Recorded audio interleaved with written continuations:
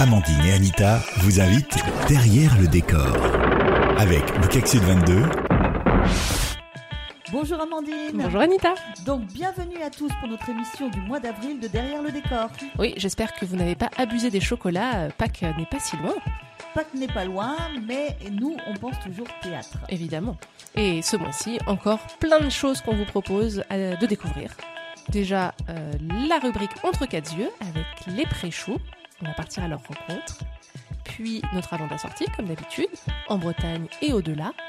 Et puis ensuite, on va revenir sur un spectacle qu'on est allé voir début avril, qui est Hamlet. Et donc, on va voir nos retours de spectateurs dans T'en as pensé quoi. Et puis pour terminer, évidemment, le théâtre, ça se lit aussi. Donc plein de choses à écouter pour vos oreilles, pour votre cœur, parce qu'effectivement, on sent bien quand même la fin de la saison arriver. Ah oui, et puis le printemps arriverait presque, dis donc. Donc notre émission Derrière le décor commence, celle du mois d'avril. Amandine et Anita vous invitent derrière le décor avec le CAC Sud 22.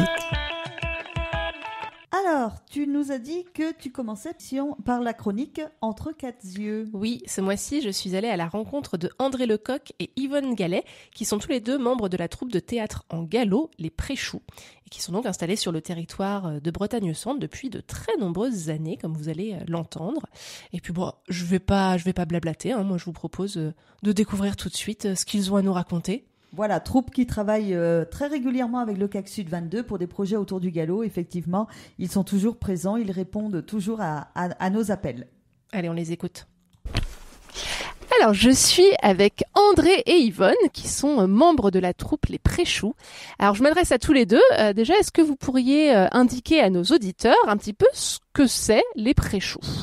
Les Pré-choux, c'est une troupe qui s'est mise sur pied en 2001, 2002, je crois que oui, c'est ça. Voilà.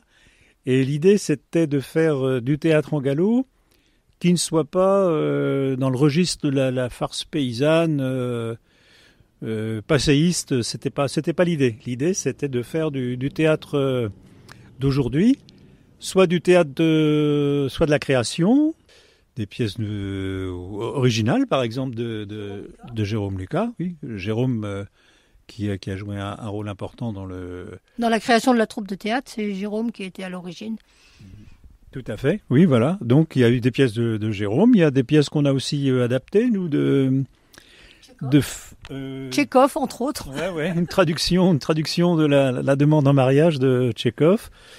Il y a aussi des adaptations de fabliaux du Moyen-Âge que l'on a fait. Il y a trois fabliaux, oui, qu'on a montés. Et autrement, l'essentiel, c'est des textes qui sont traduits donc d'auteurs modernes. Alors, tu as parlé de Tchekhov, mais il y a des auteurs d'aujourd'hui aussi. On a traduit, par exemple, Allègre, Jean-Paul Allègre. Oui, c'était même une des premières pièces. Hein. Oui. Et il a fait l'honneur de sa présence. C'était bien. Oui, c'est toujours bien quand on peut avoir les auteurs qui sont là. Et justement, qu'est-ce qui oriente vos choix de texte ? Qu'est-ce qui fait que vous allez aller plutôt vers tel ou tel texte ? Souvent, c'est le nombre de personnages. Étant donné que la troupe n'est pas extensible, il faut quand même que les pièces correspondent aux personnages qu'on a sous la main, quoi. Donc, vous êtes plutôt quand même dans un registre drôle, comique, même si on n'est pas dans la farce, ou vous allez aussi vers la tragédie, vers des choses un peu plus sérieuses, Plus sur de la vie commune, la vie quotidienne. Quand tu as joué l'épouvantail, c'est vrai que c'est pas drôle, mais c'est très, très parlant. Voilà. Oui. Il faut que ce soit accessible. Il faut que ce soit accessible aux gens qui sont même pas galaisants, de façon à ce qu'ils comprennent quand même, quoi. Oui. Et du coup, j'imagine que la partie traduction prend quand même un certain temps pour arriver à adapter au mieux, au plus juste les textes. Oui. C'est vrai que la traduction, c'est un moment intéressant aussi parce que ça rassemble tout le monde et puis on part sur une proposition, deux propositions, alors on dit laquelle est la meilleure. Et souvent d'ailleurs, ça se décide sur scène parce que quelquefois on a traduit une phrase. Et le comédien qui doit la dire, il dit « moi je la sens pas, je dirais pas ça comme ça, ça sort pas bien, et voilà. Et donc la phrase est transformée, adaptée, quoi. La preuve que le gallo est une langue vivante. Ah bah tout à fait, oui. Tout à fait. Et justement, dans le théâtre, qu'est-ce qui vous plaît dans cette forme-là pour transmettre le gallo? Est-ce que c'est vraiment que vous vouliez monter sur scène, que vous étiez comédien à la base, ou est-ce que ça a été un petit peu une aventure qui s'est faite comme ça, je dirais? C'est surtout faire entendre le gallo à travers une mise en scène, et de façon à ce que s'ils comprennent pas forcément tous les mots, ils comprennent quand même le sens de l'histoire avec le jeu de scène. Et ça, c'est important. Puis on a du plaisir à jouer ensemble. Oui, mais ça c'est peut-être le point de départ, effectivement. Je crois que s'il n'y a pas ça, on a du mal à continuer. Non, depuis toutes ces années, c'est vrai qu'on a eu plaisir à jouer ensemble. Et comme tu disais, Yvonne, bon, l'idée c'est aussi de faire entendre le gallo un peu sur la place publique, enfin quasiment, encore qu'on a joué en plein air. Oui, on a joué sur la place du Parlement de Bretagne à Rennes. Oui. Oh, joli. Ça, c'est pas mal. Et alors, qu'est-ce que vous avez comme projet là à venir prochainement? Alors là, on est en phase de redémarrage d'une certaine façon, et on est parti sur les lectures à haute voix. Et donc, il y a déjà eu plusieurs séances, des contes. Voilà. Et pour nos auditeurs qui se diraient, ah bah tiens, c'est chouette comme projet, ça m'intéresse. Est-ce que vous êtes ouvert à recruter de nouvelles personnes dans votre troupe? Plus que jamais. Tout à fait. Oui. Et voilà, il faut se lancer, il faut oser. Voilà. Après, ça marche ou ça marche pas, mais bon, on est ouvert à toute proposition et on n'est pas méchant. Et alors, vous vous retrouvez où pour répéter en général? Vous avez un endroit? L'après-Naissé ou dans cette salle au CAC ici, quoi. Oui. D'accord. Et on lance le message. Hein. Si jamais vous êtes intéressés, n'hésitez surtout pas à nous contacter. Puis on vous passera les messages à André, à Yvonne et aux membres des Préchoux. Et merci beaucoup. Merci. Il n'y a pas de chèque. Donc une troupe bien dynamique. Oui, ça donne envie de les rejoindre. Hein. Leur bonheur de jouer au théâtre, leur bonheur effectivement de cause gallo, tout. Et donc, ça fait bien plaisir. Donc, voilà, vous pouvez contacter le CAC Sud 22. Comme tu l'as dit, on leur transmet effectivement le message. Et puis moi, je trouve ça intéressant ce qu'ils racontent sur le fait de, effectivement, transmettre la langue d'une autre manière, de manière à ce que tout le monde puisse se l'approprier sans que ce soit un frein du tout pour les spectateurs. J'aime beaucoup ce message-là. Oui, et c'est vrai que quand on les voit, en fait, on n'a pas, qu'on soit galaisan ou pas galaisan, on comprend quand même le message qu'ils veulent donner. Et ça, c'est la force du théâtre. Tout à fait. Donc, notre prochaine rubrique, c'est l'agenda sortie. Parce que là, on en a envie. Voilà le printemps qui arrive. Mais s'enfermer dans une salle pour voir du théâtre, pour voir des spectacles, ça nous donne envie également. Oh oui. Et pour ce mois de mai qui arrive, je vous propose encore plein de choses pour tous les publics différents. Et pour débuter, je vous emmène du côté de Lorient pour un spectacle intitulé La Tendresse. Déjà, c'est joli comme titre. Ah, complètement. Alors, ce spectacle de Julie Berès, qui sera joué dans le cadre du festival Eldorado, prend comme point de départ le lien au masculin et à la virilité des hommes. Donc, un vaste champ de questionnement. Donc pour créer la pièce, la metteur en scène est allée interroger des jeunes hommes pour questionner ces rapports au masculin à travers différentes sphères. Donc la sphère intime et sociale, comme la famille, la sexualité, le monde du travail, etc. Et il en ressort du coup de ces rencontres tout un champ de questionnement, comme par exemple, c'est quoi être un mec bien ? C'est quoi être un bon fils, être un bon père ? Comment se défaire des attendus de sa famille, d'une communauté. Et donc, toutes ces questions très vastes sont portées sur scène par 8 comédiens pour nous donner, on va dire, un petit aperçu, un faisceau de lumière qui peut-être peut commencer à répondre à ces questionnements. Des questions bien au masculin. Exactement. Donc ça s'appelle La Tendresse, c'est au Théâtre de Lorient le 5 et 6 mai et c'est à partir de 15 ans. Bon, on se donne rendez-vous. Ça fait très envie. Du côté du jeune public, allez, je vous prends par la main. Je vous propose un spectacle polymorphe qui mêle danse et théâtre et qui s'adresse alors cette fois aux tout petits dès 4 ans. Donc là, vous pouvez vraiment en profiter, emmener vos enfants, vos petits-enfants, vos neveux, vos nièces. Nous sommes au milieu des vacances. Donc en plus, alors bon, c'est pas tout de suite, ce sera plus les vacances à ce moment-là, mais c'est quand même une bonne chose à retenir. Donc il s'agit de Et si tu danses de la chorégraphe Marion Lévy. Et si tu danses, c'est l'histoire en fait revisitée du petit Pousset qui est devenu grand adulte, et il est devenu ramasseur de pierres. Bon, pour un petit poucet qui se met des cailloux, c'est assez logique. Et donc, il invite les enfants à le suivre dans son périple pour retrouver le chemin de ses souvenirs, de ses peurs et de ses joies. Et alors, le spectacle est complètement participatif, c'est-à-dire que le comédien-danseur est en interaction avec les enfants et ce sont les enfants qui sont le moteur pour faire avancer l'histoire. Donc ça, c'est assez original. Vous pouvez vraiment emmener les tout petits, ils verront pas le temps passer, il n'y a aucun problème. Donc, il n'y a pas de représentation pareille ? Ben non, voilà, parce qu'en fonction de ce que les enfants vont donner, vont proposer, ça va créer un nouveau chemin dansé, en fait, devant les yeux. Donc c'est plutôt un spectacle joyeux et réjouissant pour toute la famille. Donc ça s'appelle « Et si tu danses ?» C'est du 9 au 12 mai et il y a plusieurs lieux sur Saint-Brieuc. Donc je vous invite à retrouver sur le site de la Passerelle toutes les différentes dates, les différents horaires et les différents lieux dans Saint-Brieuc où le spectacle est proposé. Donc ça donne bien envie pour les enfants en tout cas. Oui, et puis voilà, il y a vraiment de quoi trouver plusieurs dates possibles entre le 9 et le 12 mai. Il y a plein de possibilités. Et puis du coup, enfin, pour notre spectacle hors Bretagne, je vous convie à Étampes, dans le sud du département de l'Essonne, pour découvrir Sérail par la compagnie Le Chafouin. Déjà, j'adore ce nom de compagnie, Le Chafouin, je trouve ça très mignon, en 2 mots. Alors, cette création 2023, donc qui est vraiment juste faite, interroge ce qu'est la réussite, en partant du constat que seuls 3 enfants d'ouvriers sur 10 changeront de catégorie sociale une fois devenus adultes. Alors, ces transfuges de classe, comme on les appelle, qui étaient autrefois appelés des parvenus, sont de moins en moins vus de façon honteuse. À tel point qu'on voit de plus en plus, notamment parmi les artistes et les politiques, des gens qui se vantent de leurs origines modestes, quitte même parfois à fabuler le passé, à s'inventer un passé d'ouvrier alors que ce n'est absolument pas le cas. Donc dans Sérail, les créateurs souhaitent inventer de nouveaux récits de passage sans fuite ni reniement, moins spectaculaires que ce que les médias nous montrent, plus intimes, sont donc des récits qui nous montrent que le prestige et la richesse ne sont pas forcément où on les attend. Ça s'appelle Sérail, c'est au Théâtre Intercommunal d'Étampes, mercredi 17 mai à 20h30 et c'est pour tout public. Bon, si vous nous écoutez, vous êtes du côté d'Étampes, ou si vous avez envie de voyager un petit peu dans les alentours du 17 mai, voilà un beau programme. Je ne vous cache pas que je sais qu'on a une très fidèle auditrice qui vient de là, et donc je me dis que elle pourra peut-être en profiter pour réserver ses places. Eh bien, on te fait un petit coucou. Voilà, donc pour nos sorties de ce mois de mai.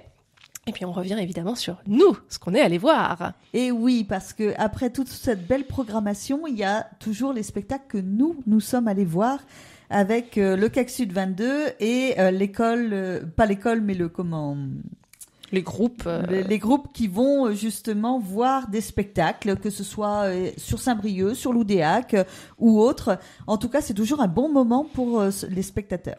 Ah oui, puis alors là, le mercredi 5 avril dernier, on est allé voir une adaptation de Hamlet au Théâtre de la Passerelle à Saint-Brieuc. C'était mis en scène par Thibaut Perrenoud et il s'agit donc d'un texte raccourci avec une nouvelle traduction. Et j'avoue que j'ai adoré, j'ai été très très emballée par cette proposition. Mais bon, avant de vous en dire plus, on va quand même revenir un tout petit peu sur l'histoire, même si Hamlet, c'est quand même une des pièces ultra connues de Shakespeare. Être ou ne pas être. Exactement. Donc, Hamlet est le prince de Danemark. Il vient de perdre son père, le roi donc, et est très affecté par le remariage presque instantané de sa mère avec son oncle Claudius, qui est donc le frère de Feu le roi. Un soir, le spectre de son père défunt revient au château pour annoncer à son fils qu'il a été assassiné. Par qui ? Évidemment, par son frère, Claudius, qui s'est remarié à sa mère. Voilà, vous suivez, il n'y a pas tant de personnages que ça. Hein. Donc, le père défunt, le spectre du père défunt charge Hamlet de conduire sa vengeance. Et dès lors, Hamlet se retrouve investi d'une mission presque trop grande pour lui. Il va feindre la folie, mais malgré tout, il a beaucoup de mal à agir. Et c'est un peu une pièce dont on a tendance à dire qu'elle est sur la procrastination et qu'est-ce qui fait qu'on arrive à agir, qu'est-ce qui déclenche l'action.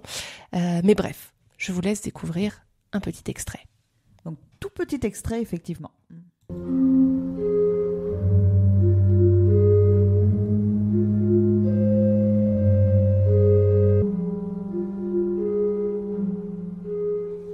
Majesté, si l'on devait théoriser ce que doit être la royauté, ce qu'est le devoir, pourquoi il fait jour le jour, pourquoi il fait nuit la nuit, pourquoi le temps passe au temps, nous perdrions des jours, des nuits et beaucoup de temps.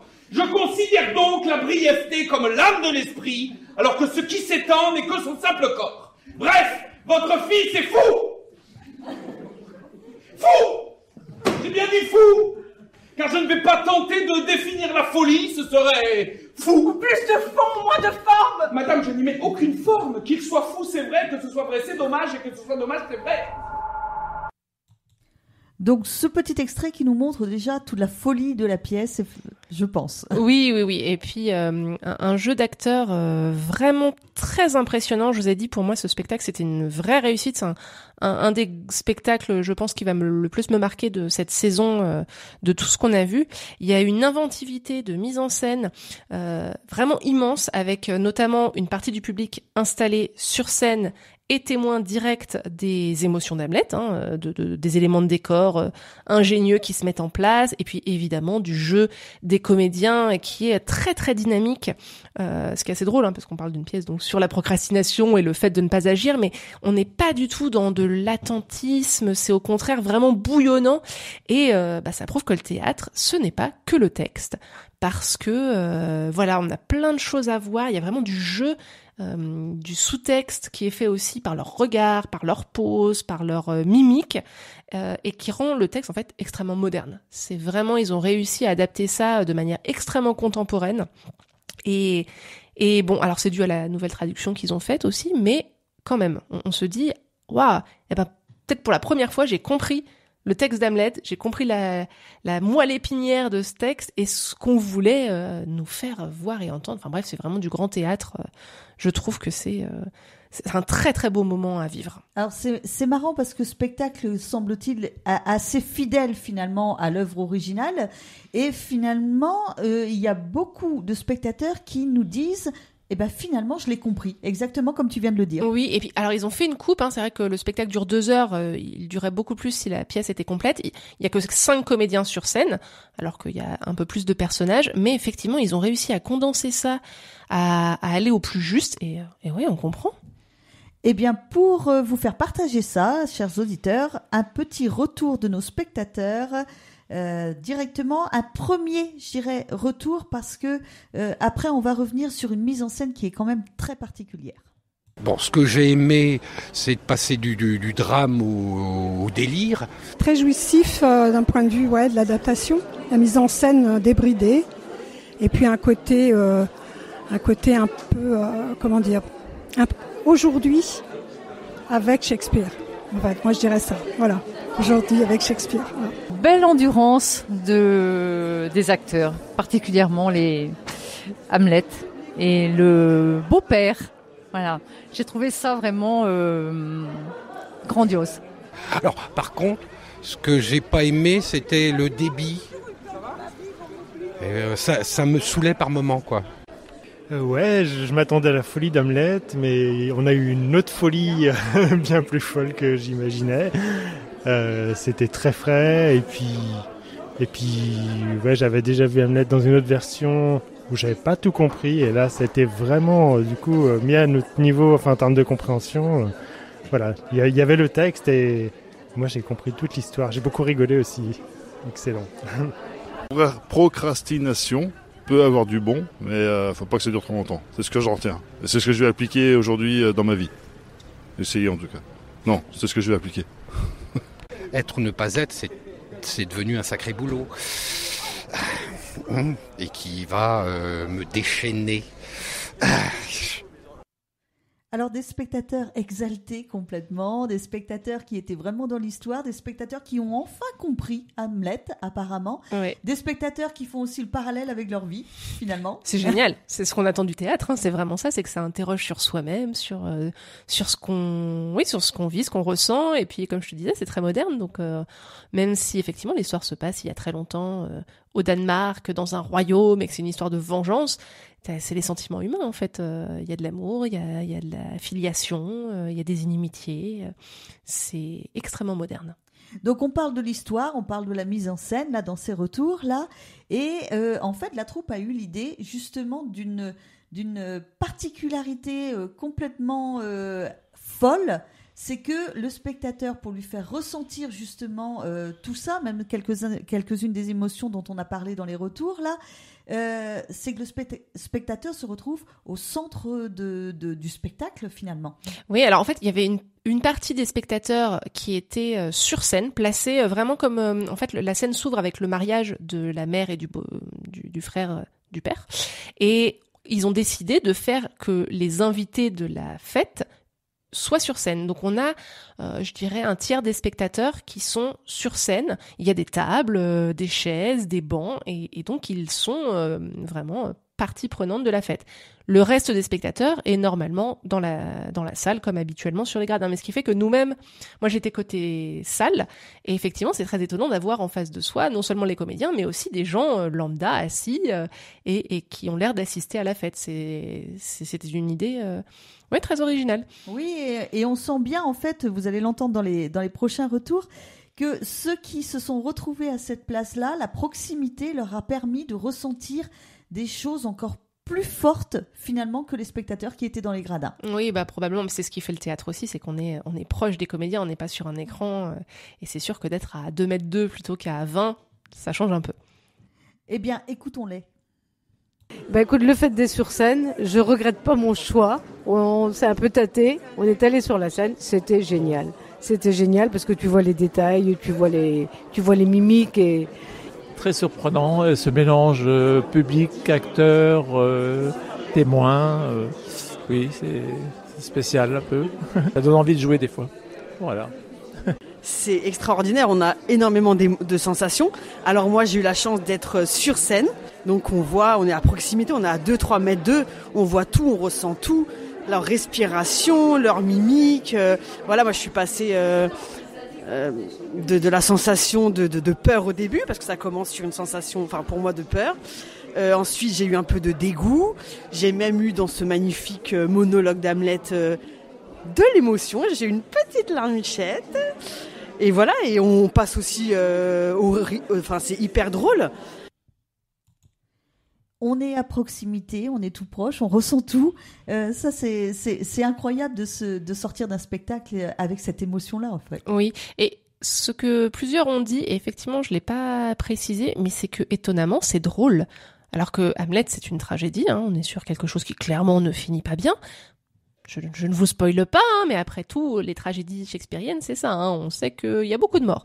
Et pourtant, c'est extrêmement drôle. On est vraiment avec eux. On est emportés. Et puis, je pense que, oui, tout à fait, ceux qui étaient sur scène, c'était d'autant plus prenant qu'ils étaient à quelques mètres, quelques centimètres, même parfois, des comédiens. Eh bien, beau spectacle que je vous conseille à tous, parce que moi, il m'a vraiment donné envie de voir où est-ce qu'il peut se produire prochainement. Donc, je vais filer sur Internet, certainement, regarder. Oui, donc je vous redonne les références pour ceux qui seraient intéressés. Donc, c'est Hamlet de la compagnie Cobalt, mis en scène par, que je retrouve son nom, Thibaut Pernoud. Donc, beau spectacle que vous êtes allé voir. Est-ce qu'il y en a d'autres dans cette fin de saison là qui vous attendent ? C'était notre dernier spectacle. Donc, va falloir qu'on trouve autre chose à vous raconter pour les prochaines émissions. Donc, effectivement, on approche des fins de saison des salles de spectacle. Va s'ouvrir la saison, par contre, des festivals pendant cette fin de printemps et l'été. Donc, ça, on attend ça avec impatience également. Ouais, ça va. C'est autre chose. Voilà. Alors, nous sommes allés voir des spectacles, mais le théâtre, ça se lit aussi. Eh bien oui, le théâtre, ça se lit aussi. Et ce mois-ci, je vous présente Les Diablogues de Roland Dubillard. Alors, en 1975, Roland Dubillard, qui est écrivain, comédien et dramaturge, adapte en pièce de théâtre une série de sketchs en duo écrits pour la radio. Les Diablogues voient le jour sur papier. Du coup, forcément, j'ai eu envie de parler de ces pièces à l'origine radiophonique. Dans notre émission, ça faisait quand même beaucoup sens. Alors ici, il n'y a pas d'histoire linéaire, on n'est pas vraiment dans une pièce découpée en grands actes, on n'a pas non plus de personnages qui sont véritablement caractérisés. Dans tous les dialogues, les deux personnages seront toujours nommés 1 et 2. Donc voilà, on n'a pas plus de détails sur qui ils sont. On les imagine amis, collègues peut-être, avec une tendance à chicaner et à se disputer gentiment. Et pourtant, on se prend à s'attacher à ces deux figures un peu lunaires. Alors les dialogues, ça nous offre une série de dialogues absurdes qui partent de situations, somme toute assez banales, aller assister à un concert, se rendre au restaurant, prendre un médicament sous forme de gouttes. Voilà, les points de départ sont vraiment de la vie de tous les jours, mais à chaque fois, et très rapidement, on dévie sur quelque chose qui est vraiment d'une grande absurdité. Donc la situation de base banale et crédible devient tout à coup complètement farfelue. Et la prouesse, c'est que les dialogues sont toujours présentés comme si cette absurdité n'en était pas une. À aucun moment, les deux personnages ne remettent en question ce qu'ils sont en train de dire. Ils partent dans des délires, mais c'est tout à fait normal. Donc, par exemple, dans le sketch Le Ping-Pong, les deux protagonistes nous expliquent que pour jouer au ping-pong, il faut ne pas y avoir joué depuis 5 ans. Voilà, c'est la règle. Si tu y as joué avant, tu ne peux pas jouer au ping-pong. Et c'est admis, ça ne pose aucun souci, et nos deux compères le suivent alors que le lecteur ou le spectateur est complètement immédiatement plongé dans un univers parallèle et absurde. Et tous les sketchs sont construits donc sur ce même principe. Résultat, c'est drôle à lire, c'est rempli de bons mots, c'est très bien écrit et on se prend à se demander ce que les deux héros du quotidien vont bien encore pouvoir inventer sur un nouveau sujet. Alors Roland Dubillard propose un ensemble, comme je vous dis, facile à lire, dont la seule prétention est de faire rire sans bêtise. Et je rajouterai qu'il y a de la poésie dans ces courtes scènes qui posent un regard tendre sur le monde et sur les petites névroses des gens. Et donc, j'ai choisi avec Anita de vous faire entendre l'un de ces dialogues, qui s'appelle « Le compte-gouttes ». Eh bien, allons-y. Je suis prête. C'est parti. 1, 2, 3, 4, 5, 6, 7, 8, 9 et 10. 10 gouttes, il m'a dit le docteur, dans un peu d'eau sucrée avant les 2 principaux repas. Vous êtes sûr que vous en avez mis 10 ? Moi, j'en ai compté 12. Vous êtes sûr ? Ah, je me suis peut-être trompée. J'en ai compté 13. Mais la dernière, je n'en parle pas, c'était une bulle. Enfin, ça n'a pas d'importance. L'important, c'est que vous soyez sûr de votre compte. Sûr. Comment voulez-vous que je sois sûr ? Il faudrait que je recompte. Moi, à votre place, je recompterais. Parce que sur le flacon, c'est marqué « Ne pas dépasser la dose prescrite ». Bah oui, mais comment voulez-vous que je les recompte, moi ? Les gouttes, maintenant, on ne les voit plus. Elles se sont mélangées dans le verre. Oh, alors, ça ne fait rien. Comment ça ne fait rien ? Oui, du moment qu'elles se sont mélangées, c'est plus des gouttes. C'est une flaque. Il peut pas y en avoir 12. Il ne peut pas y en avoir 10 non plus, d'ailleurs. Alors je me demande vraiment pourquoi je me serais donné la peine de les compter avec mon compte-gouttes. Ah, moi aussi. C'est des drôles de gouttes. Je ne sais pas comment vous avez pu les compter, parce que dans le flacon, j'en vois pas non plus. Mais, mon pauvre ami, c'est dans le compte-gouttes qu'elles étaient. D'ailleurs, c'est bien simple, je vais les remettre dedans. Bon, joli petit dialogue. Voilà, et donc ça, c'est le début de ce sketch qui s'appelle donc Le compte-gouttes, et je vous invite à lire la suite, puis à découvrir vraiment cet ensemble de dialogues qui sont vraiment très savoureux, très bien écrits et très intéressants, je pense, à donner à entendre à la radio. Alors, est-ce qu'on est aussi dans le cadre, parce que très souvent, quand il y a des sketchs avec des dialogues comme ça, on a souvent l'une des personnes qui parle qui est un peu plus sensé et l'autre qui amène justement l'absurde, un peu comme le clown blanc et l'Auguste finalement. Ouais, je t'avoue que je n'ai pas fait attention entre chaque scène si c'était toujours un ou deux qui amenaient le petit grain de folie, mais ce serait intéressant, c'est possible. Après, les deux rentrent totalement dedans sans aucun problème. Ils sautent à pieds joints dans cette absurdité.